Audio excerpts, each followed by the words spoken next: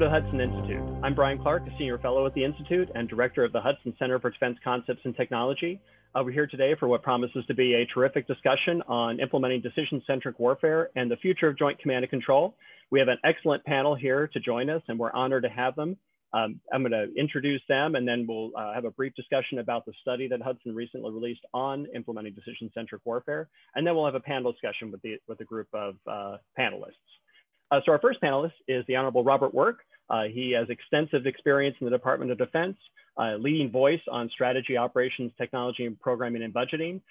Most recently, Mr. Work served as the 31st Deputy Secretary of Defense, where he was responsible for overseeing the day-to-day business of the department, its 3 million personnel, and its budgeting and internal management processes for a budget of more than $600 billion. Before becoming the Deputy Secretary, Mr. Work served in the Marine Corps for 27 years, retiring as a colonel. He was also Vice President and Director of Studies at the Center for Strategic and Budgetary Assessments. He was Chief Executive Officer of the Center for New American Security. And from 2009 to 2013, he served as the Undersecretary of the Navy in the Obama administration. He's received numerous awards, including the Department of Defense Medal for Distinguished Public Service, the National Intelligence Distinguished Public Service Medal, the Distinguished Civilian and Public Service Medals from each of the military services. He also holds master's degrees in international public policy from Johns Hopkins School of Advanced International Studies, Space System Operations from Naval Postgraduate School, and Systems Management from the University of South Carolina. Lieutenant General Dennis Crall is currently the Director for Command and Control, Communications and Computers, Cyber, and the Chief Information Officer for the Joint Staff J6. Lieutenant General Crall is a native of South Carolina, where he graduated from the University of South Carolina, go Gamecocks, and is a career aviation command and control officer who's commanded at the squadron and group levels. He deployed as Director Support Center Airborne Officer in Charge in support of Operation Iraqi Freedom, and conducted 34 combat missions, well over 350 flight hours during that time. General Crall has extensive experience in cyberspace and C2, having served as Deputy Principal Cyber Advisor and Senior Military Advisor for Cyber Policy for the Chief, and being the Chief Joint Cyberspace Center at the U.S. Central Command, the Division Chief for Information Operations at CENTCOM, as well as being the Division Chief for Development and Concepts at CENTCOM. And prior to that, he was Branch Chief for Strategic Plans, Information Operations, and at U.S. Special Operations Command.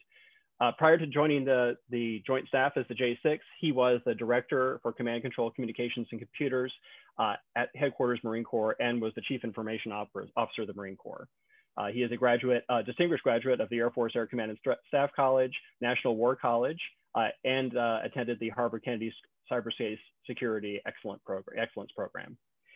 Dr. Tim Grayson is the Director of the Strategic Technology Office at DARPA, where he leads development of breakthrough technologies to enable warfighters to field, operate, and adapt distributed, joint, multi-domain combat capabilities, including sensing, communication, electronic warfare systems, as well as tools and decision aids that allow them to compose, integrate, and operate complex combat architectures.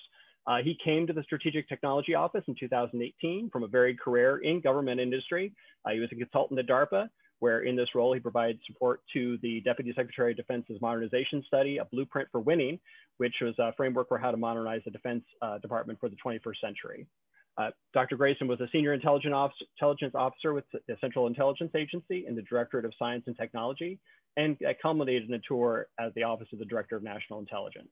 And prior to the CIA, Dr. Grayson was a program manager and senior scientist at DARPA, where he initiated new programs in space situational awareness, network sensing, and also managed DARPA's quick reaction program that supported the deployment of technology to Afghanistan during Operation Iraqi Freedom. He has a doctorate in physics from the University of Rochester, where he specialized in quantum physics, and a BS in physics from the University of Dayton with minors in mathematics and computer science.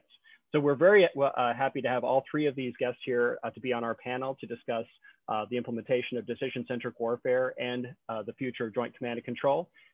Related to that, then I'm going to go over a study that we recently released at Hudson, which tees up the panel discussion. And that study is called Implementing Decision-Centric Warfare and Elevating Command and Control to Gain a Decisions Advantage.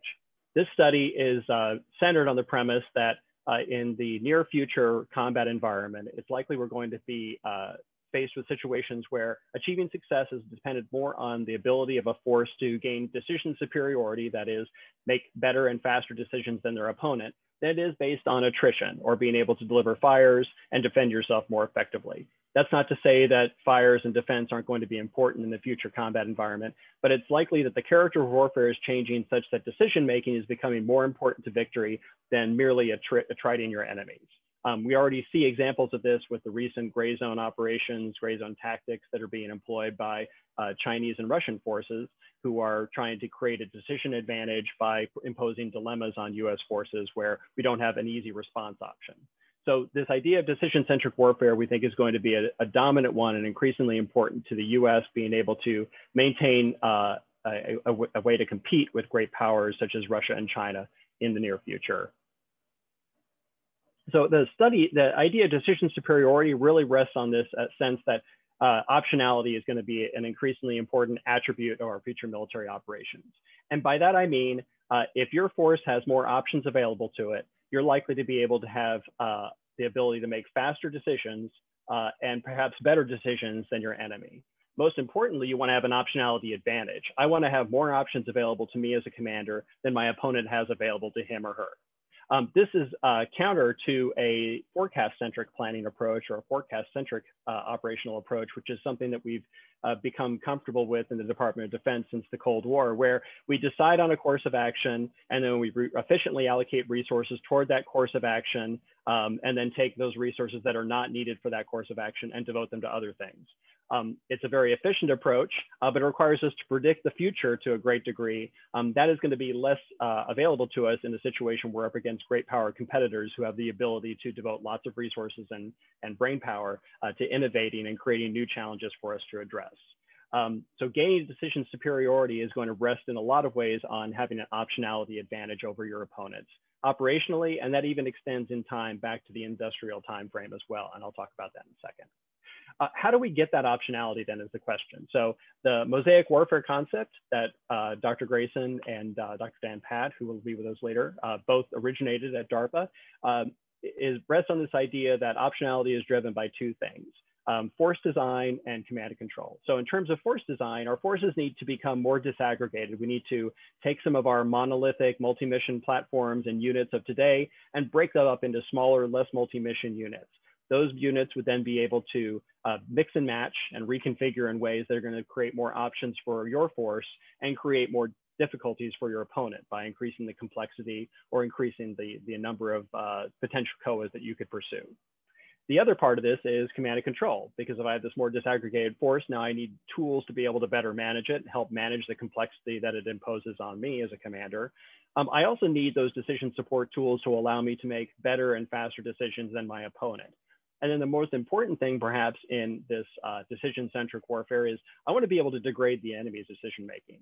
So I need to take advantage of my force design, which is going to be more disaggregated, more difficult to predict its behavior, and then combine that with a command and control process that allows me to leverage that and think about what my adversary is both seeing and considering and try to predict ways that would allow me to better impose complexity and difficulties on him. So my opponent then is going to have his decision-making degraded while my own decision-making is improved. So this command and control process relies on human command combined with machine control, meaning machines are going to help develop courses of action for me and propose them to me as a commander. And then I would choose those that make sense given my overall strategic direction. The optionality advantage is really important. So this comes from a DARPA program called Proteus that recently used some of these concepts to evaluate using Marines, the impact of optionality on warfighting success. So you can see in the left-hand chart there, which is the force of tomorrow, which is sort of just a projection of today's military out into the future, without any of these mosaic tools. So no disaggregation of the force, no command and control tools to help the force come up with better options. And you can see here on the chart, the top side, when the curve is on the top side, that means blue, the good guys, us have an advantage. And on the bottom part, if the curve is there, that means red, the other guy has an optionality advantage. And as we add the mosaic force design, you can see that that more disaggregated force design lends a large number of options to the commander and it decreases those available to an enemy. So you create an optionality advantage. And then as you add the EMSO wizard, or electromagnetic spectrum operations wizard, which is a command and control tool, you further increase the optionality advantage afforded to the friendly force, the blue force. So this optionality advantage is very important to getting a decision-making edge when it comes to the kinds of operations are expected in the future, which are not going to be World War III, try everybody as rapidly as possible, but instead how to create specific effects that are very targeted, sort of like you see from the Russian and Chinese gray zone operations. So thinking about then, well, what do these command and control tools need, and how do they relate to the communication networks that support them? It's a really important set of considerations. So the study focuses on what are the command, control, and communications, or C3 requirements of the future. And we looked at it from 5 different views, and I'll talk very briefly about them. But the stack view, which is your technology view that we normally talk about, networking, how does the network structure itself, problem solving in terms of how does this command and control tool decide what courses of action make sense, how does this play out over time, back into the strategic and industrial timescale all the way to tactical? And then last week, how do you organize to be able to take advantage of this new force design and command and control process? So the stack view, there's a lot here, but I'll just bring up 2 major points. Is today we are pursuing what I would call managed interoperability, which is that column in the middle there. We're pursuing a set of technological advancements for our command and control networks, our command and control systems, and our communication networks that allow us to better interoperate as a force. But they sort of require you to put this together in advance, or requires a lot of manual effort to then take these interoperability tools and make them connect forces that don't normally talk to each other. What we're moving towards is intelligent interoperability, where these networks and forces will be able to reconfigure themselves based on what course of action the commander has chosen. So it'll assemble those forces needed for a particular operation based on the needs of that operation as defined by the commander and the course of action that he or she chose. When it comes to networks, we're going to see a shift from the network view of a hierarchical network, like you see on the left-hand side, which is more consistent with like network-centric warfare, or kind of how we've tended to operate in the Middle East with a really hierarchical structure of centralized command, decentralized execution, and instead move towards the right-hand side, which is more like mission command, where we devolve the responsibility for choosing courses of action and executing those to junior commanders out in the field. That will allow us to take advantage of the initiative of those junior commanders and their creativity to impose more decision complexity on your opponent, as well as allow you to compensate for the fact that communication networks are going to be degraded. So this model on the left-hand side would tend to try to build a network that will operate in all conditions, which is very challenging to do. On the right-hand side, we're talking about having your command and control relationships change based on your communications availability, which is mission command. But mission command, to be successful, you need to give those junior commanders the tools they need to help make decisions when they don't have the benefit of a higher headquarters staff to call upon. The problem-solving approach looks at, well, how do you build a command and control tool that can rapidly come up with courses of action, given the changing nature of the adversary's disposition and forces, and your own constantly changing force design and command and control relationships? Well, one approach that we're looking at is this idea of analogous problem solving. So by taking a large number of simulated or real previous events and running those through the battle management system, you can come up with new courses of action that are similar to those that have been previously used and worked. So it's an idea of using an analogy to the past to solve a problem for today, but you got to build up that history of the analogies to the past, and that could be done through simulation. But this analogous approach is a lot faster and could offer a way to essentially use an AI system that has supervised learning attached to it. So it's a more, I guess, a more managed approach to AI employment than you would see if you just let a neural net decide on how to do your course of action development. And then the timescale view is looking at how does this optionality play out over time. So you want to afford your commanders the most options possible. So back in the strategic and industrial timescales, we should be thinking about how do we create systems and approaches to warfare that give our commanders downrange more and more options to operate their forces.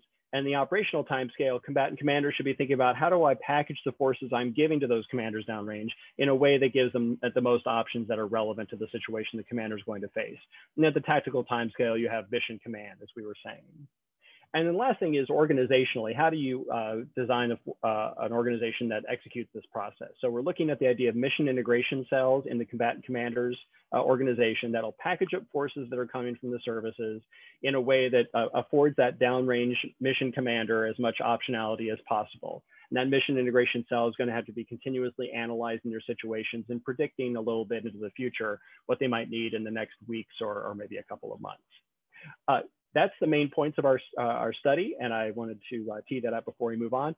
I'm going to turn the discussion over now to Dr. Dan Patt, who's an adjunct fellow here at the Hudson Center for Defense Concepts and Technology, for leading the panel discussion with our terrific panelists. Thank you very much, and over to you, Dan.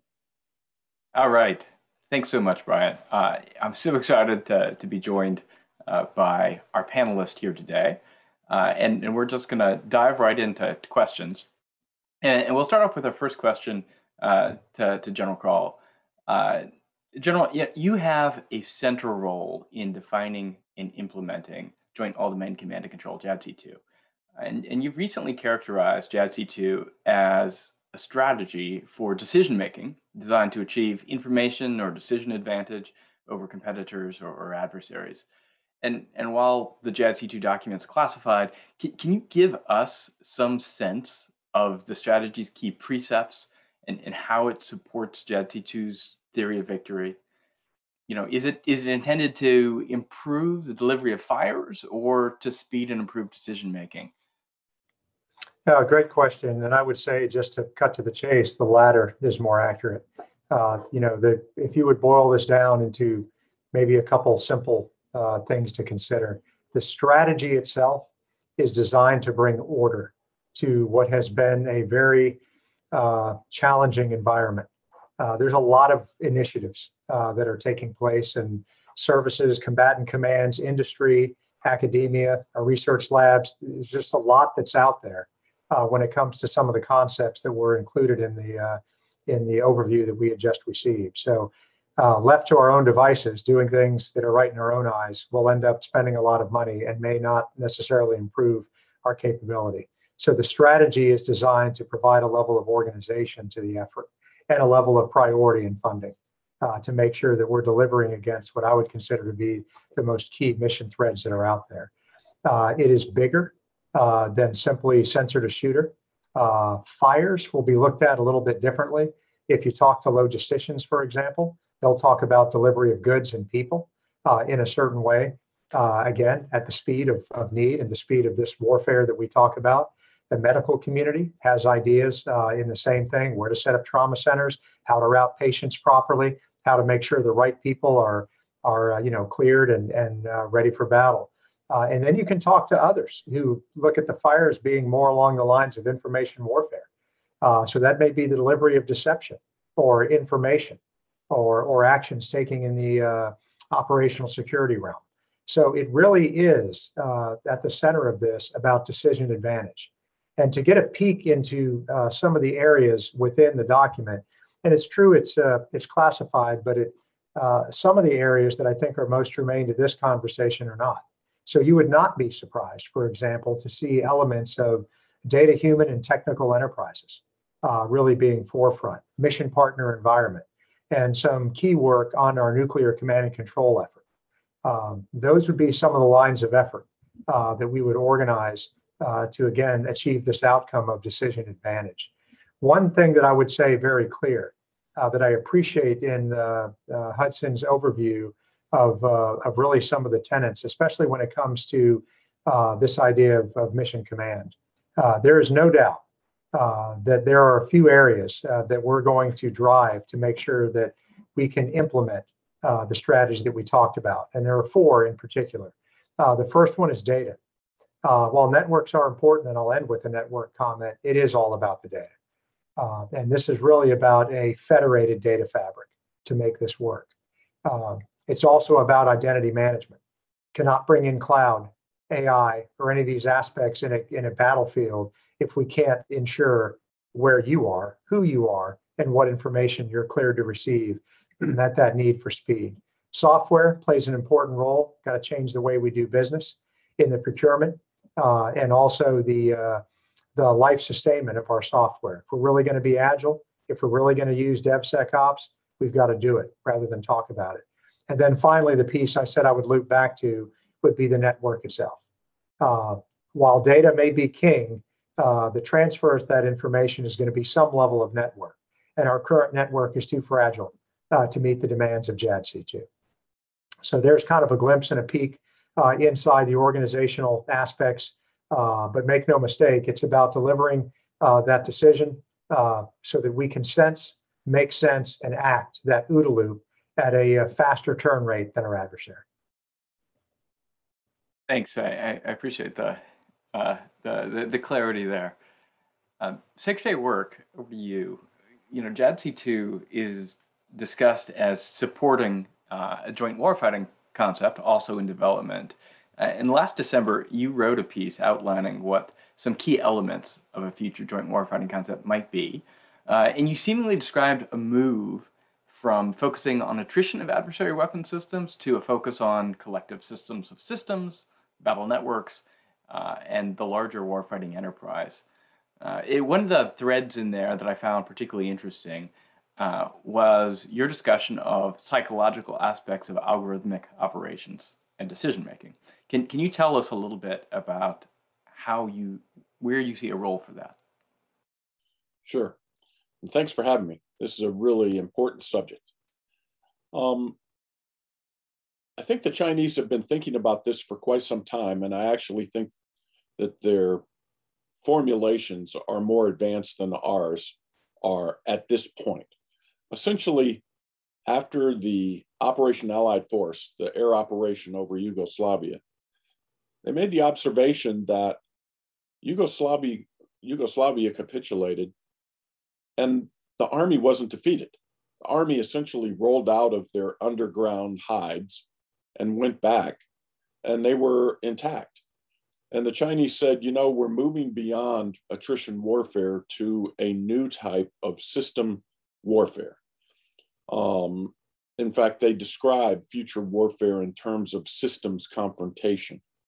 These operational systems that are developed and assembled prior to a campaign to achieve campaign objectives. And these systems of systems will fight what the Chinese refer to as intelligentization, intelligentized warfare, which is just defined as warfare, future warfare enabled and supported by AI technologies. And importantly, they describe intelligentized warfare as not simply the militarization of AI, but the overall operational description of the force system of systems consisting of people, weapons, equipment, and ways of combat. And their theory of victory is system destruction warfare, to blow apart US battle networks, to gain an advantage in decision-making and action that way. And they believe if they are successful in doing so, the joint force will not be able to achieve its campaign objectives and would naturally have to give up on them. And so this is really has got me thinking a lot about algorithmic operations, which is the third offset term for what the Chinese refer to as intelligentized warfare. And algorithmic operations are just combat operations with AI and AI-enabled autonomy at their core, with technical support from info networks, big data, cloud computing, advanced communications like 5G, and the Internet of Things, including robotic and autonomous systems operating in every domain. Now, what algorithmic operations will do is accelerate the OODA cycle, the joint force OODA cycle, to near machine speeds. And as a consequence, the speed of decision-making, tempo, and conflict intensity are going to increase, while the time to accomplish missions will decrease. And in this type of warfare, superior system operating processes and tempos are going to provide the decisive advantage. So in my view, although we talk about decision-centric warfare, we're really talking, in my view, of superior system operating processes and tempos. And if you can achieve that, then you will achieve a decisive advantage in decision-making, as well as your ability to prevail against system destruction attacks and being able to apply force more discriminately on the battlefield. This all gets back to Boydian theory, where if you do achieve this superior system operating processing and tempos, you're going to psychologically dislocate the enemy's command and control structure, because they will continually be falling behind what is actually happening on the battlefield. So in my view, decision-centric warfare is the outcome of having superior system operating processes and tempos and other outcomes that will be advantageous to the joint force and allow us to achieve our campaign objectives. So it's very consistent with what you have written about and what we're going to hear about from Tim on Mosaic Warfare. So Tim, in his introduction, Bryan gave an overview of the military advantages that stem from adaptability and optionality. DARPA, really led by you and your PMs, has been working on technology that enables this for quite some time through your Mosaic Warfare initiative. Can you give us an idea of how technology can support those goals and maybe some examples of how DARPA investments are helping make that vision real? Yeah, absolutely, Dan. And first of all, thanks for that question. Thanks for the opportunity to be on this panel and for hosting this rollout. And I just want to also thank my two panelists. I'm humbled to share the Zoom stage with both of you. To your question, Dan. So first of all, I want to start out by saying we're approaching the technologies to enable this in themselves to enable a federated environment. General Crall talked about federated solutions, and I think that's critical. At one level, what we're doing with Mosaic is really one-to-one synonymous with JADC2 in terms of what the end state is. What we're focusing on is technologies that empower the warfighter ultimately to be able to define these JADC2 types of architectures. When you ask General Crall about, is this decision support or is it fires? It's in my mind, it's decision support to enable warfighters to put together the fires. And it's very, very in line with what Bryan described as this, deferred concretization or keeping the optionality open as much as possible.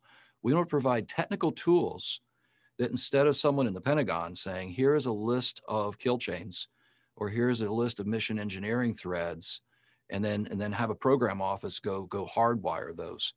Leave all the piece parts on the table to that moment where the operator has to go do something. And that sight picture is very direct, very clear, and then can go build a solution, as Secretary Work was describing, that's really tailored, whether it's an economy of force, whether it is a level of escalatory pressure, that's very tailored to what that given need is. So to set the table with these types of technologies, we've got three technical thrusts. And I should say, Mosaic Warfare is not a thing. There is no technology called Mosaic Warfare that in, some number of fight-ups from now, we're just going to drop it on the table and say, okay, the department's Mosaic. It really is gradually setting the table with a set of tools. These are in three categories. The first is planning. Bryan mentioned Proteus. That's an example of one of our planning tools. And I think it's very important if you use that example. Mosaic is as much about organizing human beings as it is to wiring together kill chains and doing machine-to-machine connectivity. And Proteus is a good example of that.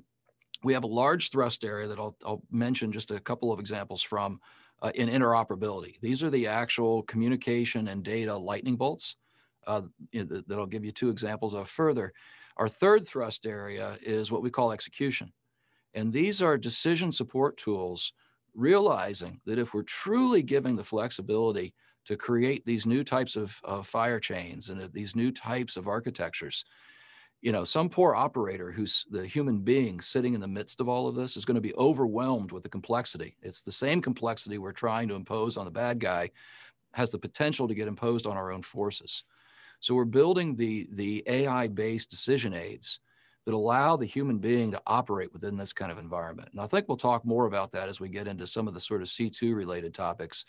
Let me just conclude this response by giving you two examples of some of the programs in that interoperability thrust, and it aligns with some of the priority areas General Crall described. On the heading of networks, in maintaining this theme of federated, not waiting for the big bang moment where everything can just drop into a common network. We have a program that's just wrapping up called Dynamo, which is creating a software-defined virtual network that layers over the top of some arbitrary mix of heterogeneous legacy tactical networks. So it can take a fabric of a whole number of different tactical networks, and to the warfighter, it appears almost like they're using the internet layered on top of that. Another example, when you start talking about federated data, is a very successful program we've had called Stitches. And what Stitches allows you to do is, instead of, again, waiting for the big bang moment where we have everyone on a common data standard, Stitches allows someone, ideally at operational mission planning timescales, to say, I need this sensor to provide data to this fire control system. And Stitches will auto-translate those data formats so that we can still have that joint interoperability, even if we don't have everyone migrated to some common data standard. So that gives a flavor of the types of technologies we're creating at DARPA. And I'll just conclude this response by saying, we've got to eat our own dog food. This is a portfolio of technologies. Each technology in and of themselves serves some utility, but in aggregate, they're creating this toolbox that we hope enables that future Mosaic warfare vision. Thanks, Tim. General Cole, the institutional processes of the Department of Defense, especially requirements, budgeting, and acquisition, were designed around procuring tangible industrial weapon systems like tanks and ships and airplanes. If JADC2 has a vision of future military capability that's built around information decision advantage and requires agile development and operations to create and field that capability, how can we hope to deliver that when our budgeting process is built on programs? So I would say that, those three things, they present unique challenges in some cases. I'll start with when we talked about requirements, because you talked about requirements, the budget process, and then maybe the idea of acquisition itself.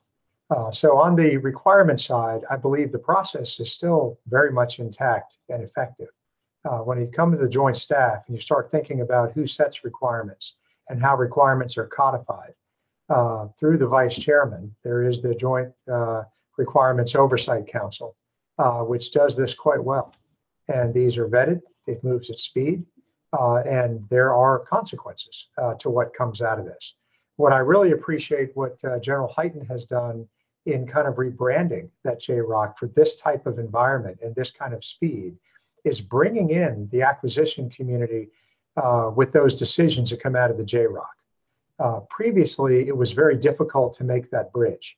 Requirements would come out, they would apply to fielded systems, but really had difficulty working their way into pre-fielded systems. And we've now had a bridge to strengthen that, to make sure that's known. And even getting the requirements through the process itself, we've been slow at times. I equate it to like knitting a sweater at the top and then having someone grabbing the thread beneath it and just unraveling it as quickly as you are knitting. We've had no discipline in codifying these, and because we didn't lock them in, and I don't mean lock them in where they can't be agile or they can't be developed and informed, but lock them in so that they can be invested in properly and then followed and matured. That we've suffered a consequence for that. So I think we've righted that. But the one area that I really rings true with me that you bring up is the idea of budget and the process we use. I'll be careful not to criticize it in the sense that it is a process and that process has served us well. But it's not so much, that we're buying things that are less structure-like that you can put your hands on, right? Not a tank, not a ship, etc. That's not so much the challenge. There are aspects that lend itself very well to the same acquisition cycle or budgeting cycle rather for JADC2. The challenge is speed. We have a budgeting cycle that fits a Cold War type of prosecution. During the Cold War, we've had opportunities. They were measured in years. A FIDEP, a 5-year plan worked fine for some of the maneuvering that we're looking at against the Russians. These were long, staring builds that we had. And now we're looking at this idea of agility. and we're supposed to be moving at pace. One thing that when I talk to folks in industry that they lament frequently when looking at DoD is they tell me, you guys don't have an investment capital fund. You see something that you want and it's cutting edge and you demand it and you get all excited and you slap the table and you're like, I need that 5 years from now because that's our cycle. I've got to get into the palm. I've got to lay it in. By the time it comes out, I don't even want it. This is really the challenge, is how do we budget? How do we spend? How do we move smartly to take advantage of these emerging technologies so that we're not years and years down the road, not able to scale them, not able to test them properly, not able to get, what we end up doing in the department is piloting everything, right? There's 1,000 pilots burning brightly with spend plans that seem to be akin to almost big programs. But these pilots, they never land. They seem to go out over the horizon, never to be seen again. So this is the area where we need to make some changes to be more effective. Thanks. Yeah, that's certainly a compelling call to arms to look at how we can think about more agile resource allocation. Secretary Work. Speaking of that topic, Secretary of Work, you are the vice chair of the National Security Commission on Artificial Intelligence, and you just released, of course, your report. And for our audience, it's a great report. I highly recommend that you pick it up. And if you can't make it all the way through the 756 pages, I highly recommend you look at the online interactive version and get a gist of it. That report deals extensively with institutional challenges, including budgeting, but also organizational, to advancing artificial intelligence. How does artificial intelligence affect the interaction or the clash between red and blue OODA loops? Since you brought up OODA loops earlier, can you give us some insight into that? Yeah, well, first of all, thanks for the shout out on the report. We're glad it's over. It's been 2 years in the making, but we're very proud of the final product.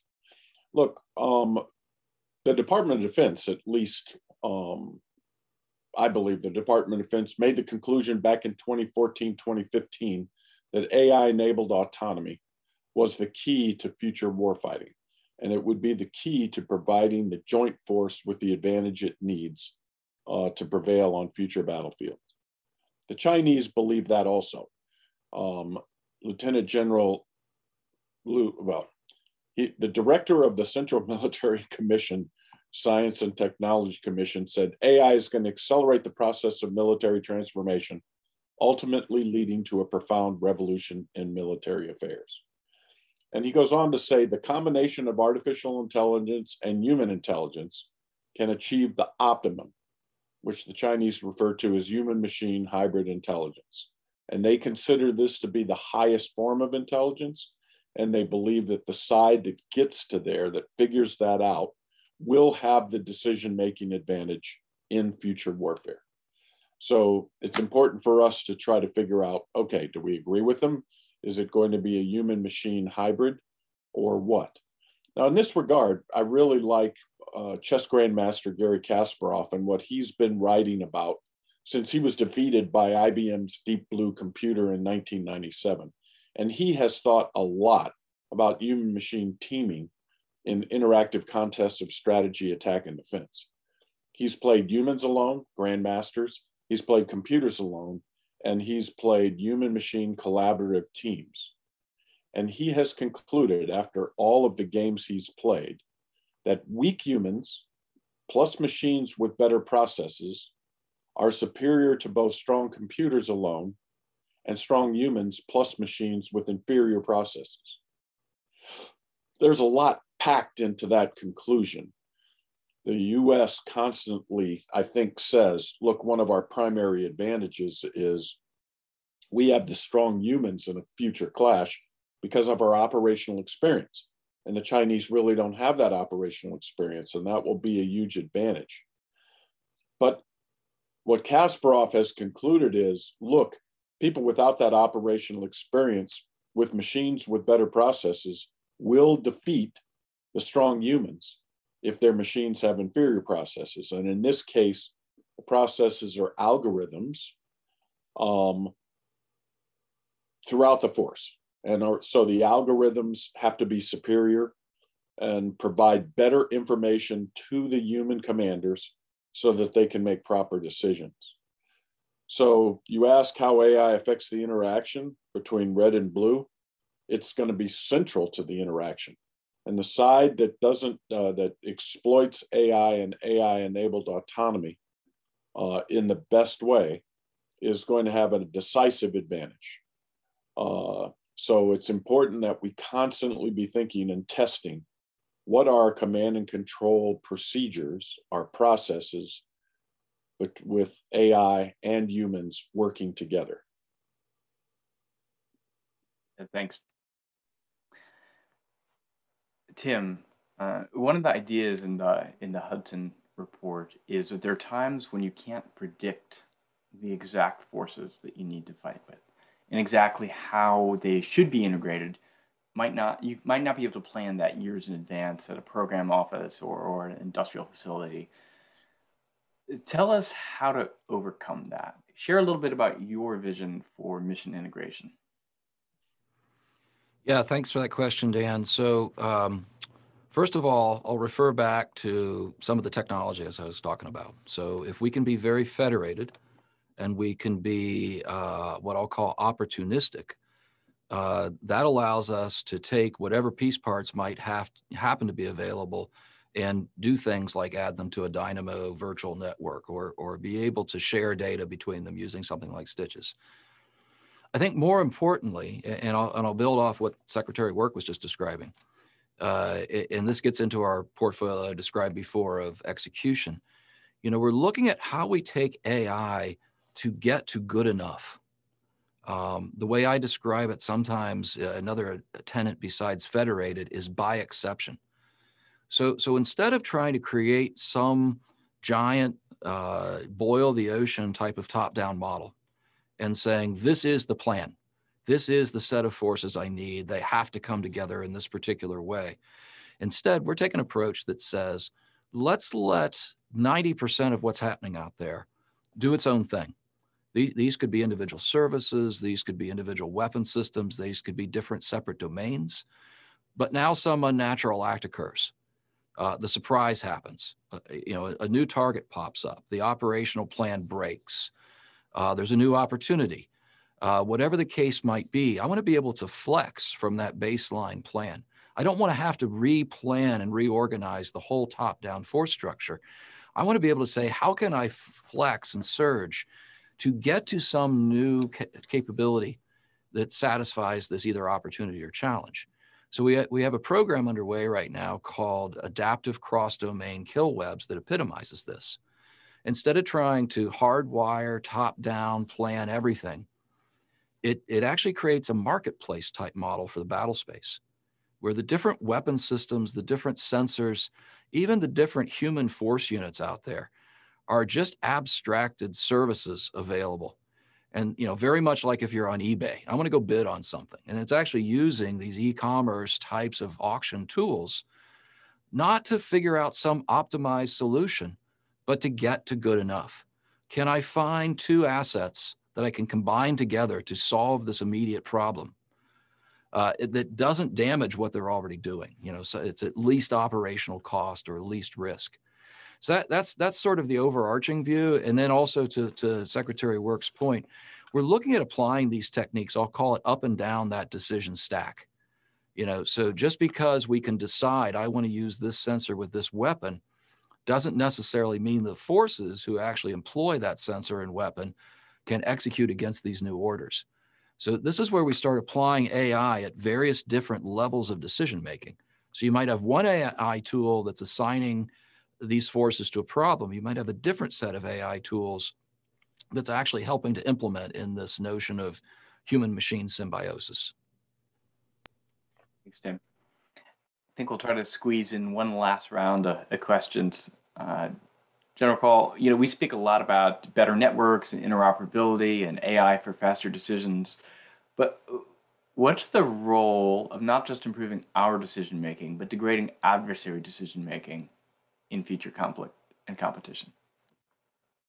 Yeah, I think that these have to have equal attention because you can certainly gain the type of advantage you want by taking out the adversary's ability to do the very thing we're trying to project. But I'll tell you, the department has a lot of work to do in this front. I believe that while there's great effort underway for understanding the electromagnetic spectrum, for example, I think that we've taken, we're too soft, not making the progress we need to understand the reliances, not only on ourselves, but on our adversary in that space.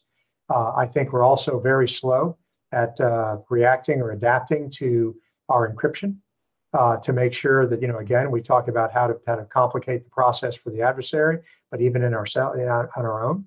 And then finally, I think one of the areas that is ripe for improvement would be, what was, used to be referred to as information operations.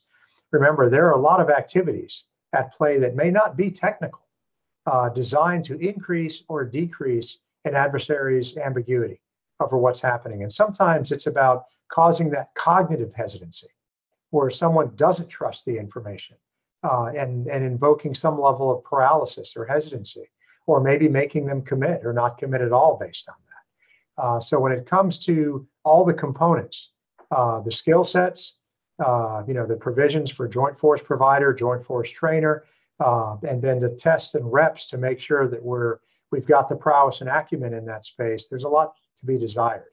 But again, the adversary is dependent on that data as well. If you think about what it means to poison that data where you lack the integrity or trust, you can gain quite a different outcome. So more work, it would be my point, more work that's needed, and all very ripe for us to get after now. Thanks for that. Secretary of Work, how important are campaigns of continuous experimentation and concept development to the coming era?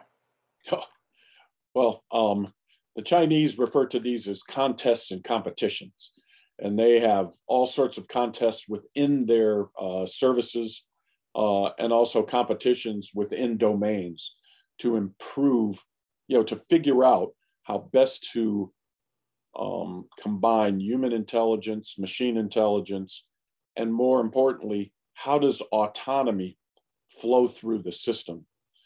And so Tim's Mosaic Warfare, this is one of the most exciting things I've heard in a while, because in my view, and this is just a different way, I don't see this as being decision-centric as much as it is sense-making centric, with sense-making being the orientation stage of the OODA loop. Boyd said that is the most important step of the loop, not decision, orientation, because it's the filters through which we view all of the information coming from observation. It shapes the decision, it shapes action, and is in turn shaped by the feedback and other phenomena coming into our sensing or observation window. And so the whole goal is to try to make the adversary's perceived reality diverge from actual reality. That's the goal. And so I really like what General Crall said about hesitancy. This is all about attacking the sense-making part of the loop and causing a stall in the enemy's OODA cycle. And if you do that, that's just as good as operating 15 times faster of them if you get if the adversary stalls. And so constantly practicing this. And as General Crall said, we don't practice system destruction warfare.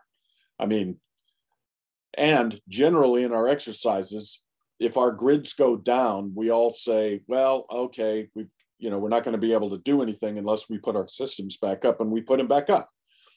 So we never really fight through true adversary attacks. In the 1980s, we had the National Training Center. We need an OPFOR, an opposing force, that is the world expert on system destruction warfare. And every time our forces go to an exercise, they ought to go up against that OPFOR. And if they can't fight through system destruction attacks, they'll get their asses beat, and they'll get their asses beat in future war if they don't figure it out.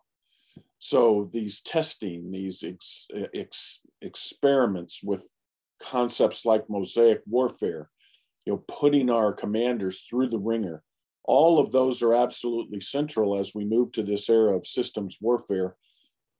And I just don't think we're going fast enough.